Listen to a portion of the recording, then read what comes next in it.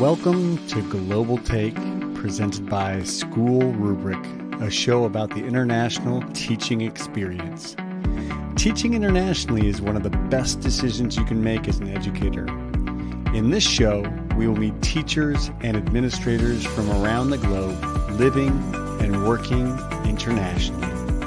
Our hope is that their stories and experiences will inspire you to explore the world of education. We will learn about all aspects of international teaching, from becoming an international teacher to what countries are the best fit for you, to the challenges of being away from your home country. Come take this unforgettable journey to the world of international schools with Global Take, presented by SchoolRubric.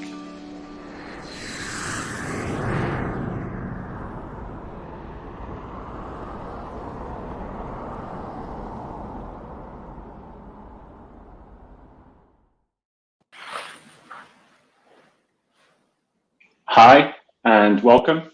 I'm Dave Horner and I'm the Director of Student Life and Leadership at the International School of Belgrade. This is your weekly look into the world of international education. Global Take is presented by SchoolRubric. I'm extremely excited to be back for my third time on Global Take and extremely honored to be presenting. Today's episode, we will focus on some of the holistic opportunities that we offer to our students, talking about how much is too much, what separates our schools from some of the local or public schools that you may have in your countries or your cities. And we're just going to kind of dig deeper into what we do within our schools and our programs. I'm really excited to introduce all of our panelists. We're going to start off with Gustavo. Gustavo, would you like to just give a quick synopsis of who you are and where you are coming from today? Thank you, Dave. My name is Gustavo Diaz. I'm a PE teacher and a coach at the American School of Paris. Hopefully, I'll be able to bring the coach's perspective to our panel today. I'm someone who is super excited and motivated to teach kids through sports and coach and bring all those beautiful life lessons you can learn in the world of sports and activities. So hopefully today I'll bring something to contribute with this amazing panel of great educators and administrators. Fantastic. We are going to go over to David Hughes. David, would you like to give us an idea of who you are and where you are? Thank you, Dave. Yep. Welcome, everybody. My name is David Hughes, and I'm the Co-Curricular Activities Coordinator at the American International School of Bucharest in Romania. I've been here for 6 years and lived in Romania for 10 years. I'm married and I have 2 children.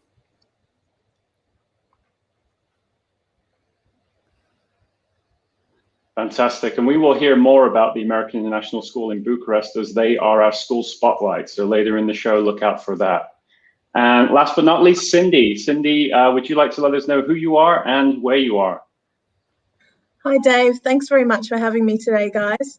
I am from the Bangkok Patana school based in Thailand. I've been there for 13 years, originally as the aquatics director and now in the athletic director position. I'm also a career counsellor for elite athletes, and I'm really looking forward to the chat today. I've got a child going through an international school, so I hope you'll be able to share a bit of the parent perspective as well as the coach and administrator one.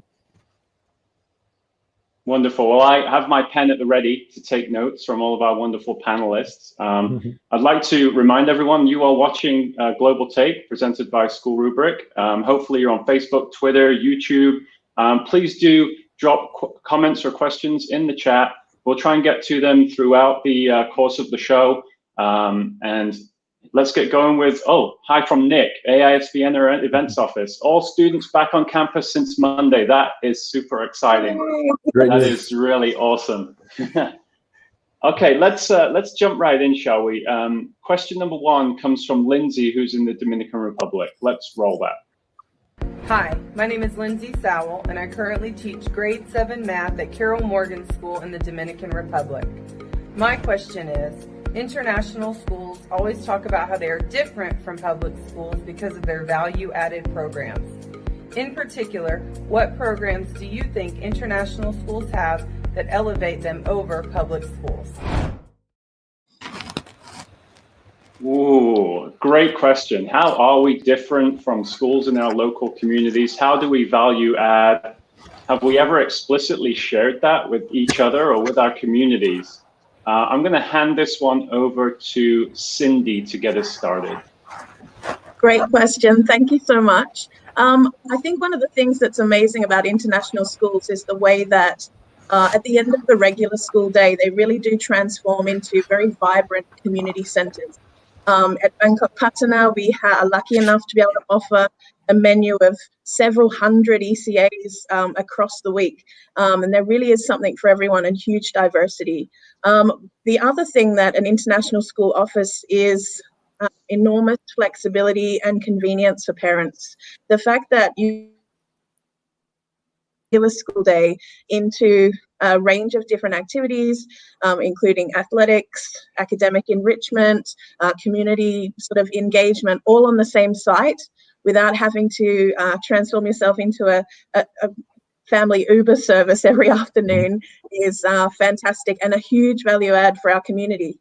And often that's linked to door-to-door transport or school bus systems. So it's hugely convenient for our parent communities as well. Really great response. Gustavo, do you want to add on to that?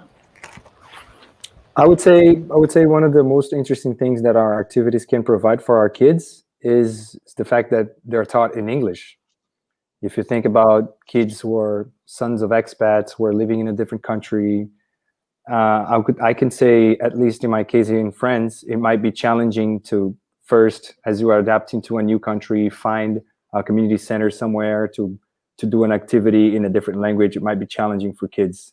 You know, with the majority of the activities being taught in the English language, it makes it easier for our kids. And also, like Cindy mentioned, the variety of activities is usually incredible because the teachers engage in offering different kinds of clubs, different kinds of sports. Most of our schools have very intense sports programs, music programs, and arts programs. So this variety is really, really essential. And being taught in the English language, that's definitely a plus.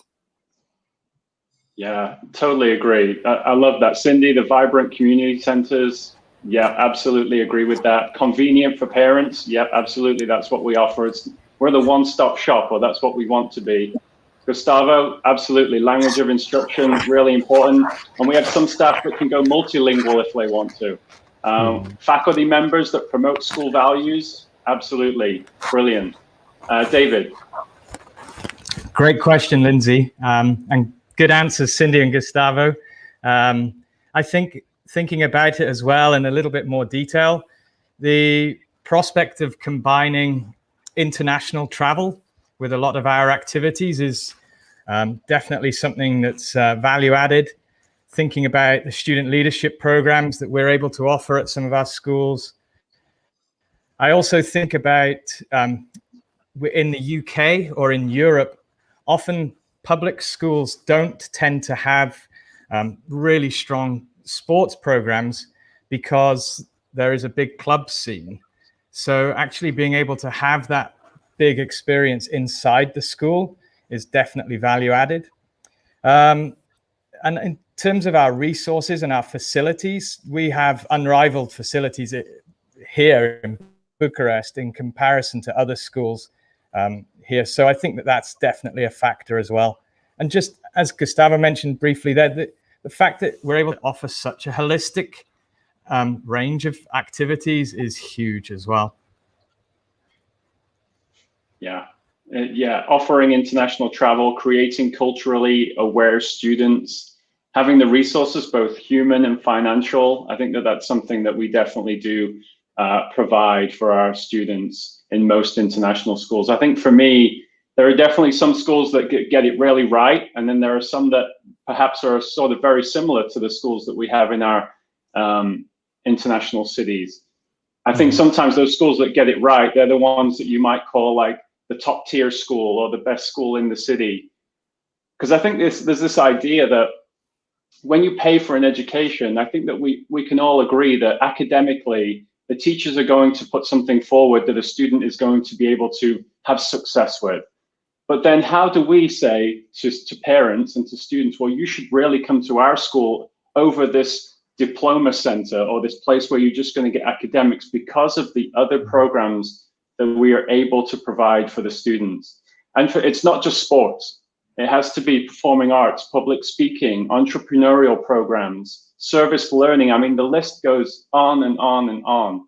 We provide an awful lot for our students. And like Cindy said, when you really break it down, we are the center of the community for our international staff, for our international students, and our international parents.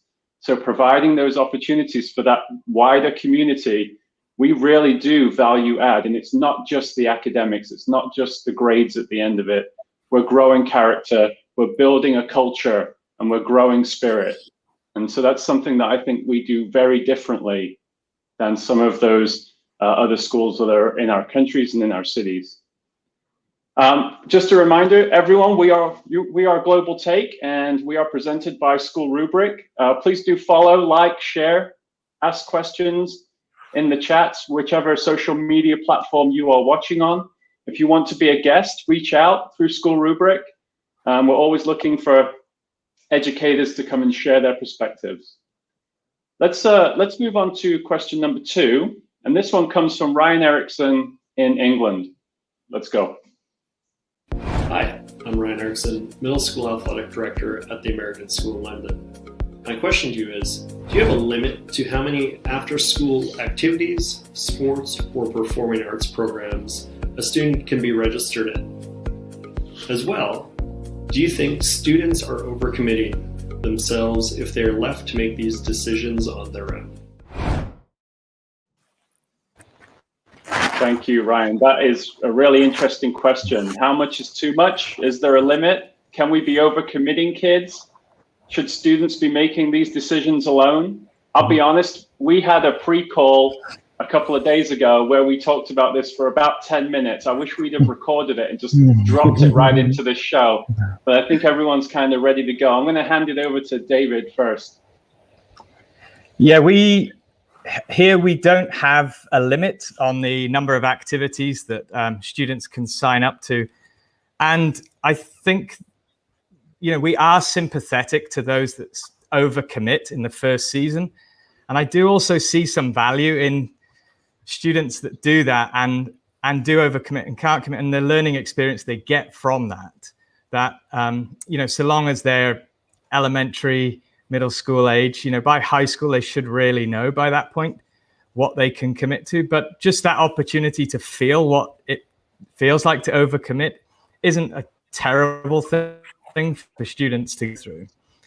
And I also think that there are some solutions in how we can design the school day to help support this and how we can design our programs. So for example, I know a lot of schools do this, but having sports offered for, middle schoolers on Tuesdays and Thursdays, and then the activities on Mondays and Fridays gives them some opportunity to have balance in their lives without overcommitting. And also something we've been working on here at the school is the idea of building CCAs into the school day. So, currently we have a whole day during distance, or we did during distance learning, dedicated to CCAs. And looking ahead to next year, it looks like we're going to have half a day dedicated to this as well. So that really helps to ease that load. Yeah, it's really great. And I love that idea of building it into the school day, making it so that it is co-curricular, part of, adding to. It's not an add-on. I think that's a wonderful idea. Good philosophy to have at your school. Cindy? Yep. So at Bangkok Patana School, we don't place limits on the students beyond year 3. So our little year 1s and 2s, they are slightly limited. And that's because we want to make sure that the length of their day is not too arduous and they can get to Friday and still be as enthusiastic about their learning as they were on Monday. In the above year 3 and onwards, we don't place limits, but there are certainly students that we do need to have those conversations with when we start to see warning signs that they're overcommitting themselves. One of the things we've introduced to help with those conversations is a little ECA profile that sits on their school, sort of our school management system, where you can quickly view the activities they're taking, and we categorise them according to our 3 values, which are learning, wellbeing and global citizenship.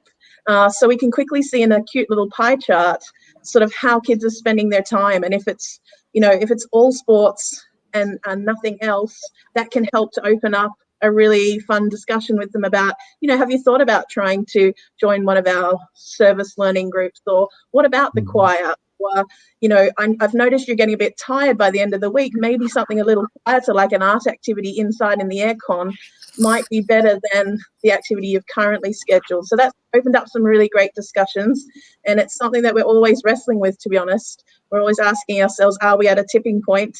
Do we have too much?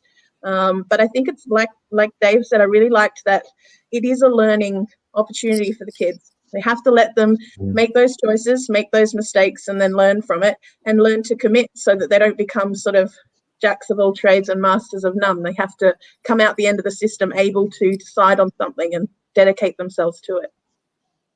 That's really great. Creating a portfolio, a little pie chart, what are they doing? Picking out where perhaps they could be adding more of the arts or sports or an academic activity. That's really great. And being sympathetic to students when really they are on this learning journey. And the only way that they will learn is by experiencing the failures that perhaps an overcommitment would bring to them. So I think, you know, both David and Cindy, you've hit the nail right on the head there. Gustavo. No, I love David's perspective as far as the kids having a chance to trial and fail at organizing their time and then learning from it. It's especially when you think about me as a coach, I have a lot of perspectives as far as the sports as after school activities. And I'm a huge defender of the idea of kids doing multi-sports and trying everything and experimenting with sports since an early age in lower school, middle school. And then later on in life, try to find, you know, the true passion in the area of sports to be a little more committed in the competitive high school programs that our schools also offer. To add to our discussion, I just think schools may be different according to the number of students you have, and in contrast with the number of activities you have. If you have a small population of students and a huge variety of activities, you end up stretching the kids too thin as far as being overcommitted, be that on the lower, middle, or high school level. But if you have a larger student body and more opportunities, you will have stronger programs and kids involved in different things and really finding their passion. The only problem is when you have a small population of students and a large amount of activities and a large amount of commitment, that's when kids get confused and sometimes they try to overcommit, and that creates a scenario where, you know, that learning is going to happen. They won't be able to manage their time. They have to miss a practice. They'll have to miss a rehearsal. And that's really not the ideal situation. But definitely, I view exactly like you guys do, especially in the early ages, as more opportunities, you know, as possible. And as you grow older, of course, you're going to learn how to manage your time and prioritize, make better choices for yourself as far as activities. It's a really interesting perspective. Just in listening to you speak there, I sort of, in my head, I started to think, I wonder, is this the same for small schools as it is for large schools?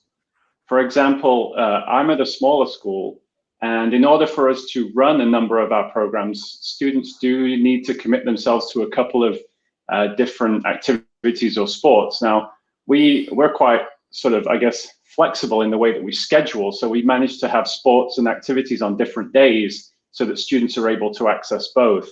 And I wonder whether in the larger schools, perhaps students are asked to choose one or the other, as opposed to being able to do both. I mean, maybe Cindy or David or Gustavo, maybe you could speak to that in terms of what you've seen and the types of issues that you've seen with perhaps larger schools. You know, my school's sitting right around 350 students. We've got about 190 in the middle and upper school. So if we didn't have students doing multiple things, we probably wouldn't have activities for them or sports teams for them or a play or things like that?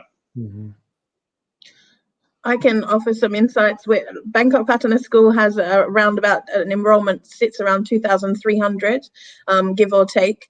So it's a very large school, and we tend to offer somewhere between 450 and 500 extracurricular activities a week. So it's a huge provision. The students, because they have that broad range, they do have to make choices, probably earlier than at other schools. And especially if they're interested in some of our more selective academy programs where coaches are asking them to commit to twice a week to ensure that they've got progress and that they're working with their teammates at an appropriate level. I think there's pros and cons to that. They get a very high level experience in those academy programs, and they really do enjoy it. They bond with the other students in a really lovely way. But yeah, arguably in a small school, they could sample for longer without having to make those choices. David, Gustavo, anything to add on that one? Yeah, from our perspective, so we kind of sit in between the two. We're about 950 on enrollment here, and we're at a kind of tipping point of size, I would say, between the sweet spot of our program versus our student population. If we started getting up into that, I think anywhere above 1,200, then you really go into kind of Cindy's big school operation. And I think, having that ability to look at it from a big oversight and making sure you've got the balance is really, really important. I think, you'll constantly get coaches coming to you saying, basketball, I think we can run this all year. Or, can we have an additional practice on a Monday? And they're thinking about themselves and they're advocating for their sport, which is brilliant.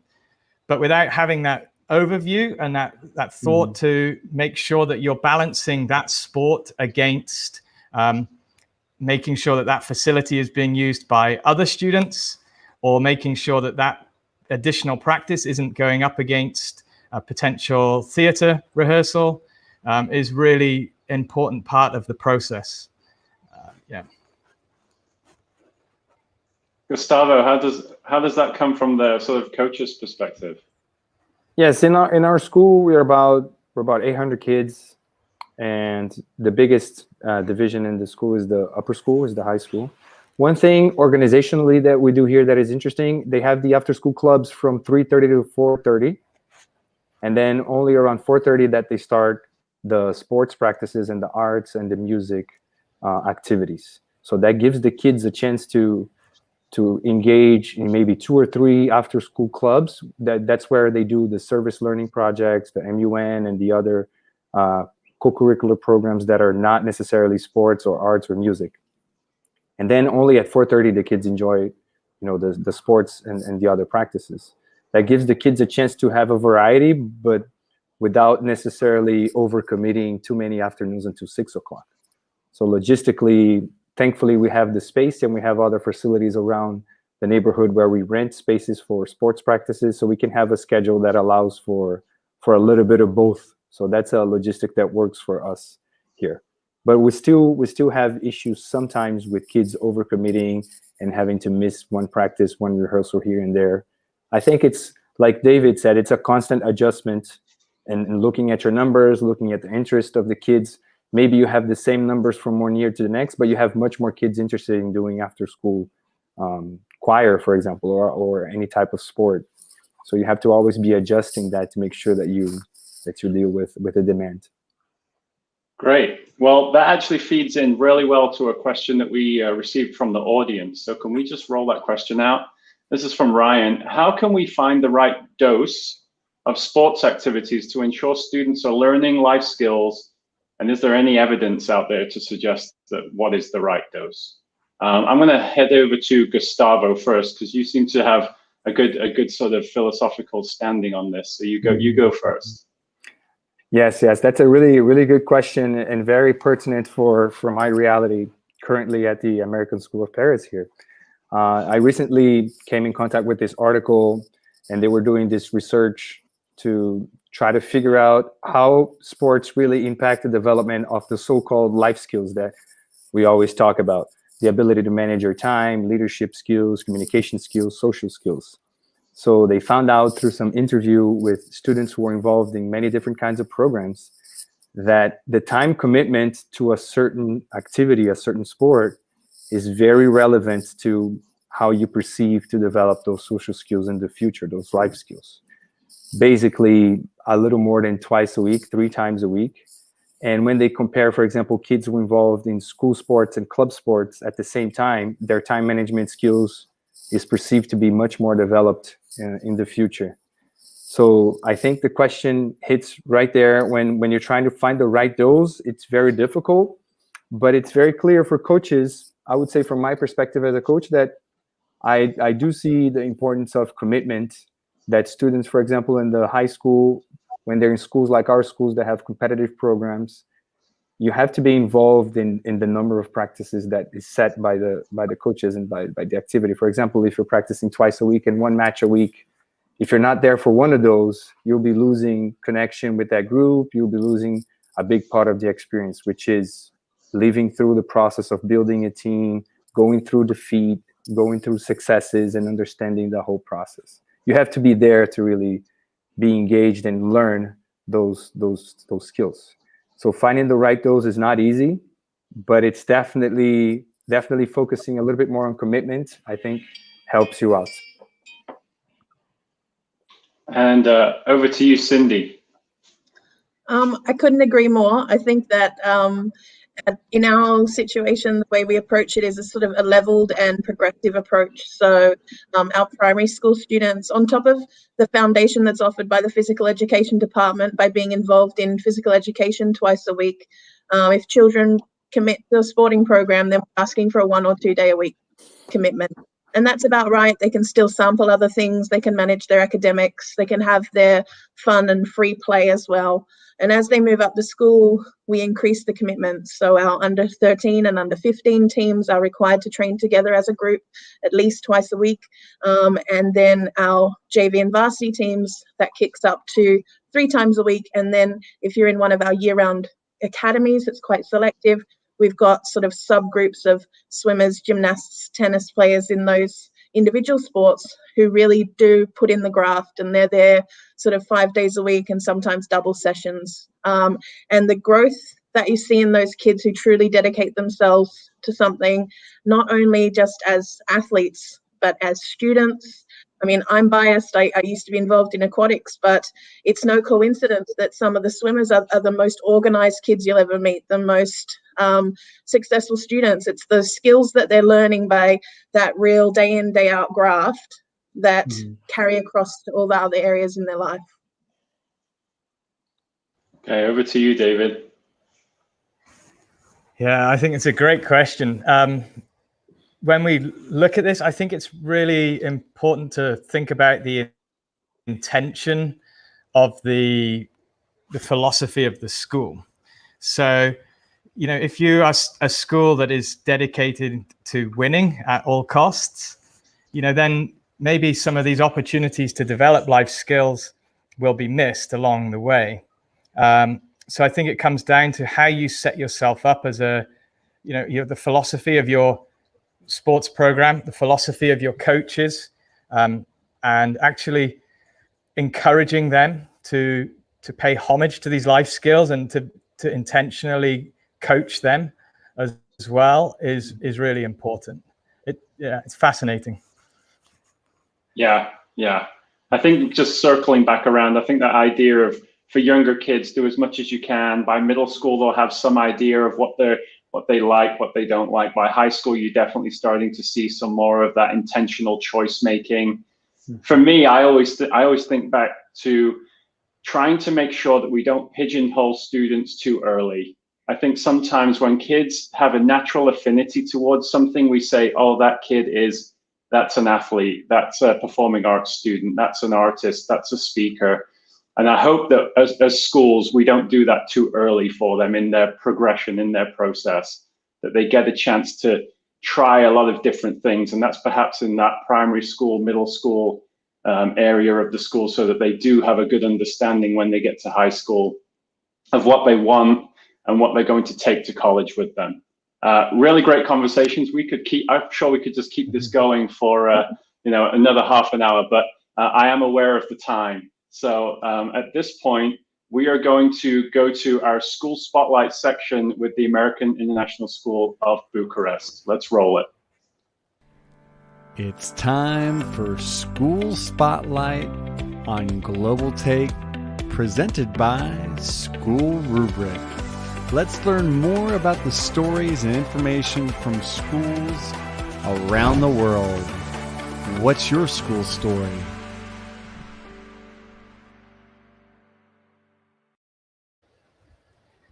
Well, thank you, Dave, for giving me the opportunity to shine a spotlight on the American International School of Bucharest here in Romania.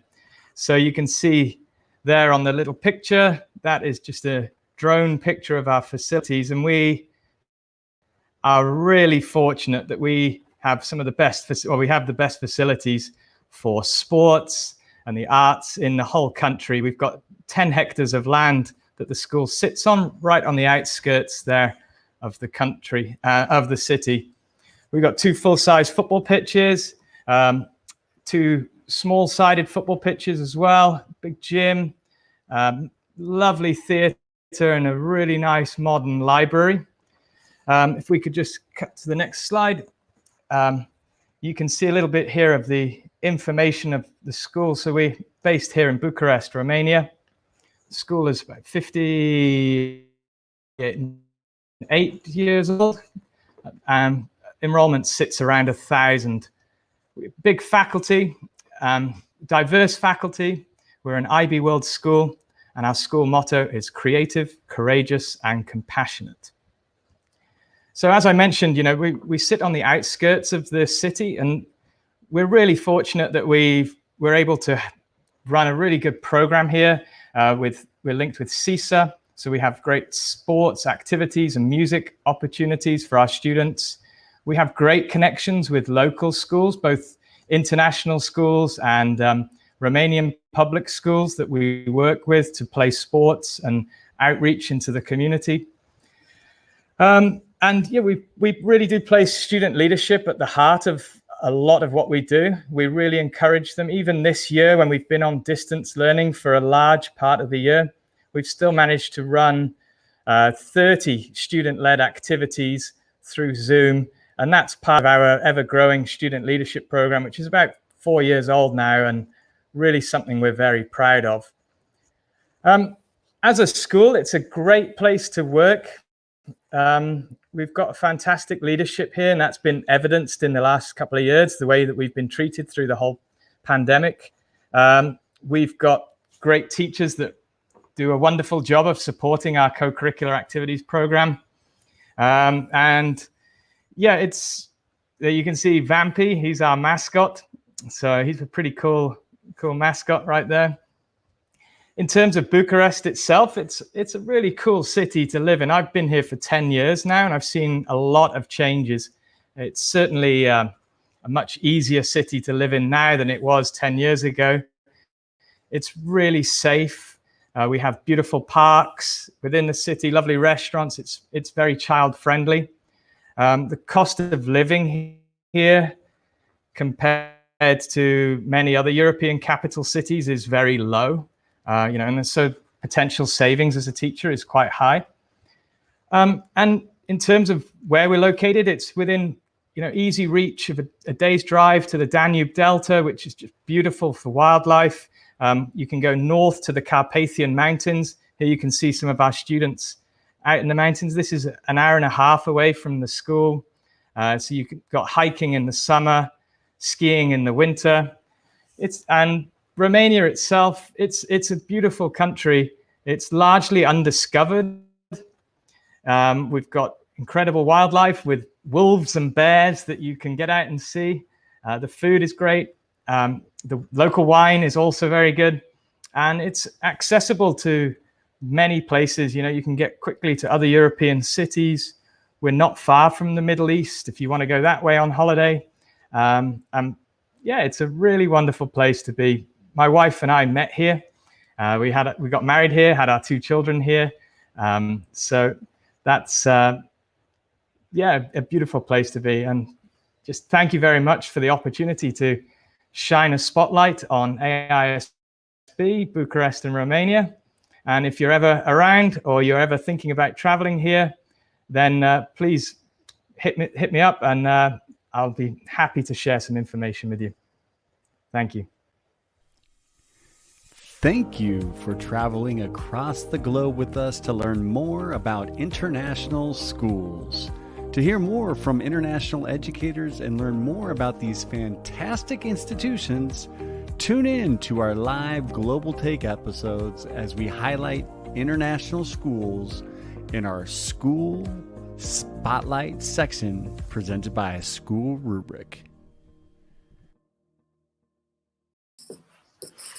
Thank you, David, for sharing. I've not managed to make it out to the AISB campus, but my wife was fortunate enough to go to, I think it was either a NISTA or a choir festival that was hosted there. And the only thing that she talked about was the slide that you guys have on one of your stairwells. That all of the choir teachers and the kids were just sliding down the slide instead of using the stairwell, which is really cool.